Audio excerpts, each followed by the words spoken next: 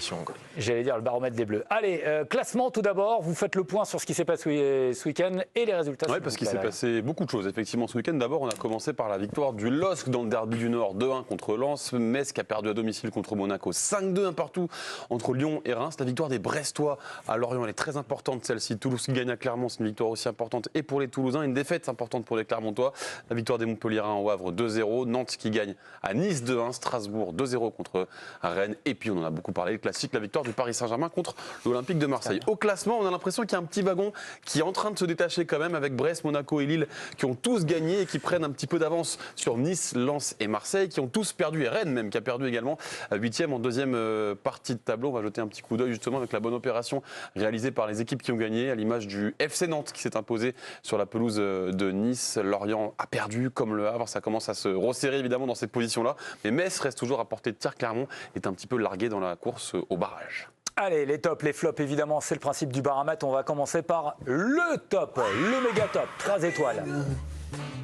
C'est Antoine Kombouaré qui décroche effectivement sur des étoiles. C'est son retour en tant qu'entraîneur du côté du FC Nantes, quasiment un an après l'avoir quitté. Eh bien, il a mis terme à une série de 3 défaites consécutives pour les Nantais. Il a également obtenu la note de 8 sur 10, meilleur entraîneur de Ligue 1 du week-end. Il y a eu des choix qui ont été forts, notamment celui titularisé Mathis Sabline, qui a marqué et qui a obtenu un penalty dans cette rencontre. Il a un petit contrat, Antoine Kombouaré, un contrat jusqu'à la fin de saison, mais il y a une option pour rester en cas de maintien et il a envie vraiment de s'inscrire dans la durée avec son club de cœur. On l'écoute. Ah, une espèce de sauveur, là, c'est ça? Non. J'aime travailler sur le long terme. Ça faisait 2 ans et demi que j'étais à Nantes, voilà. Je ne suis pas quelqu'un qui est un pompier, un sauveur, donc je viens simplement faire mon travail, puis gagner donc, la possibilité donc, de travailler sur la durée, sur le long terme.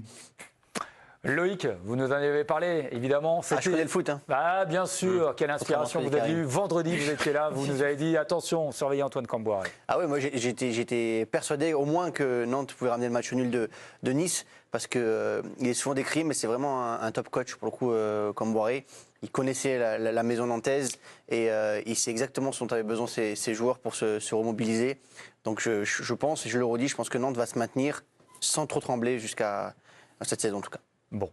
Le deuxième top, 2 étoiles quand même, pour Edon Zegrova. C'est parti. Il n'y a pas de musique là? Ah non, il n'y a qu'une musique au début, pardon. 2 étoiles pour les 2 buts marqués par l'international kosovar dans le derby. Il est impliqué sur 20 buts cette saison, 11 buts, 9 passes D. C'est le 2e joueur le plus décisif du LOSC. Derrière, évidemment, l'inévitable Jonathan David. Il a eu 8 sur 10 après le derby du Nord. Mais ça ne suffisait pas pour Paulo Fonseca, le très exigeant entraîneur du LOSC.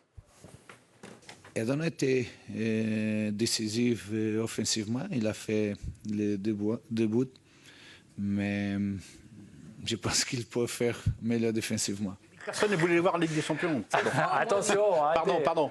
Adrien, juste sur ce... Alors non, c'est Karine qui voulait nous parler de... Ça, vous avez insisté pour me dire, je veux parler. Non, déjà, il aurait fallu aussi parler de la passe décisive, parce que la passe de Ben Taleb pour Zegrova, c'est une merveille absolue. Mais effectivement, j'ai été impressionné par ce que nous a proposé Lille. En même temps, j'étais très déçu des Lensois, forcément. Mais Zegrova, il est à l'image de sa saison. Il fait une saison incroyable, il est décisif, il fait, des différences sur son côté droit qui amènent des buts, parce qu'il peut être passeur décisif ou buteur. Tu vois que ça existe, Loïc Tanzi, des joueurs qui arrivent à faire tout ça. Et bravo à Zegrova, parce que elle vous lâchera pas. Tu vas nous dire Zegrova est meilleur que Dembélé maintenant. Donc. Non, mais en termes d'efficacité, oui. Ça, c'est la réalité. Oui. Alors, on enchaîne. Celui qui a 1 étoile, qui est dans le top, c'est un club, c'est le club de Brest.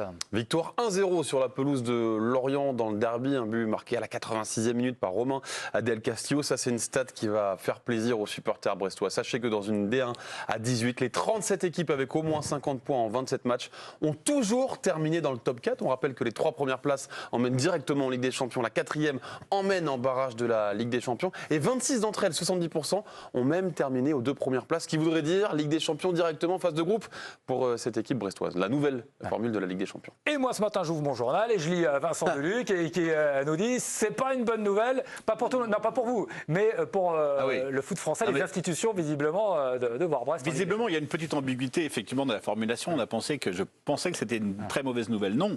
J'entends autour de moi, et j'ai entendu personne pour l'instant, ni à la Ligue, ni chez les diffuseurs, ni nulle part, se réjouir de l'idée que Brest puisse disputer la Ligue des Champions. Personnellement, au contraire, je trouve que c'est une histoire incroyable.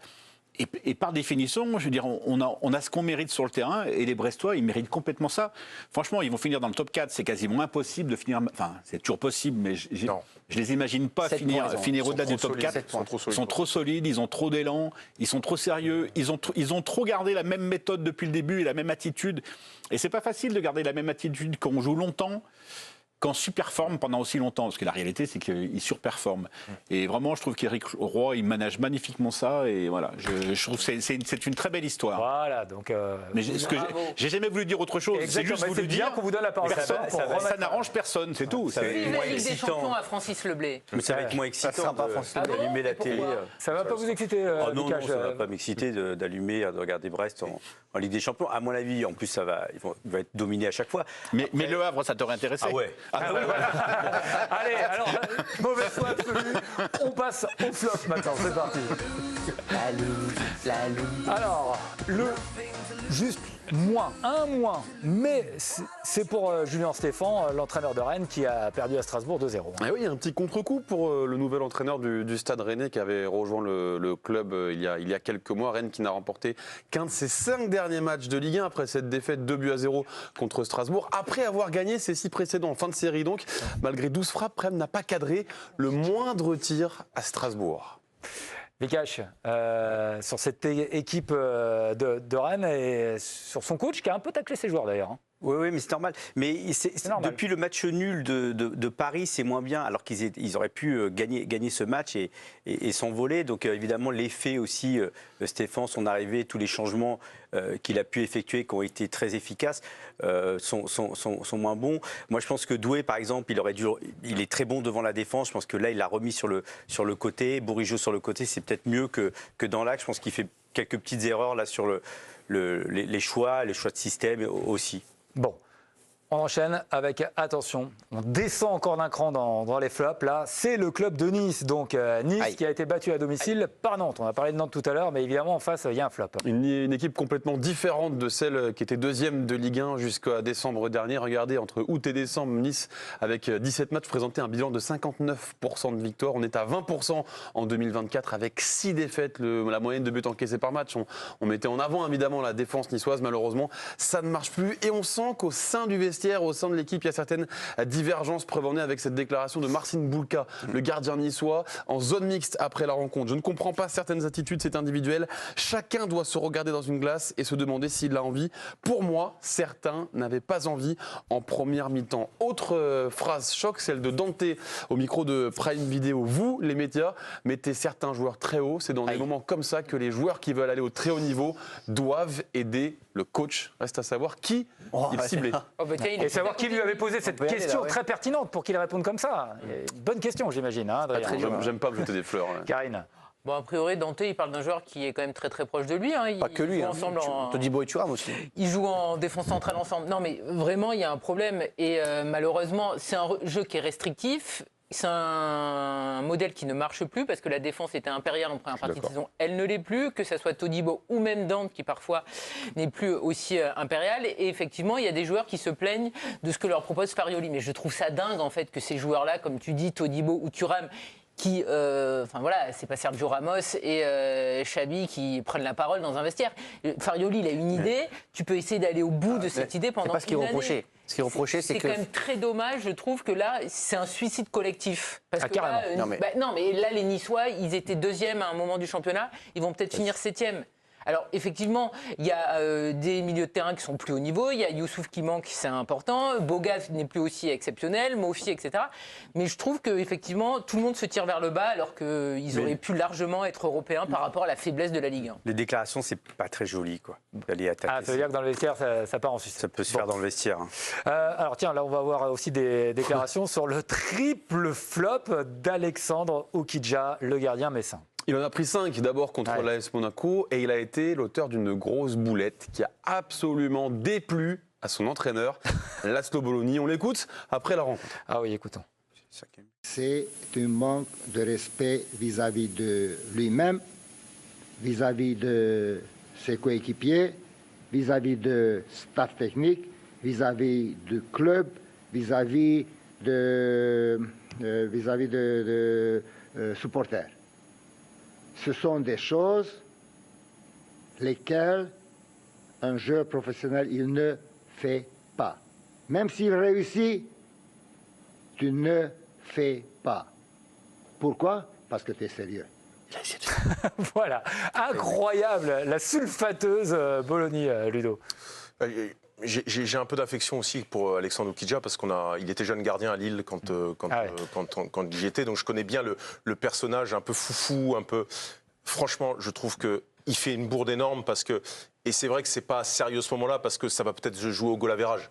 Ils sont très proches sur l'un, donc un but encaissé facilement comme ça de la sorte, il y a une vraie bourde. Par contre, il faudra revenir aussi sur ce que fait Alexandre Oukidja depuis un moment. Je pense que s'il n'est pas là, mais c'est peut-être en dessous de Clermont. Donc moi, mettre son joueur comme ça, pas dire que la Slovénie réussisse une énorme saison non plus en termes de jeu, de spectacle et de beaucoup de choses. Donc comme ça, balancer son joueur qui, oui, fait une bourde, il fait une grosse bourde et il va le payer, je pense. Il va le payer parce qu'il va le payer de sa place à mon avis. Mais l'enfoncer comme ça, en plus, après, je trouve ça moyen. Il a assumé après le match. Ouais, oui, lui, il a dit, j'ai fait. Franchement, c'est dingue de se faire démonter.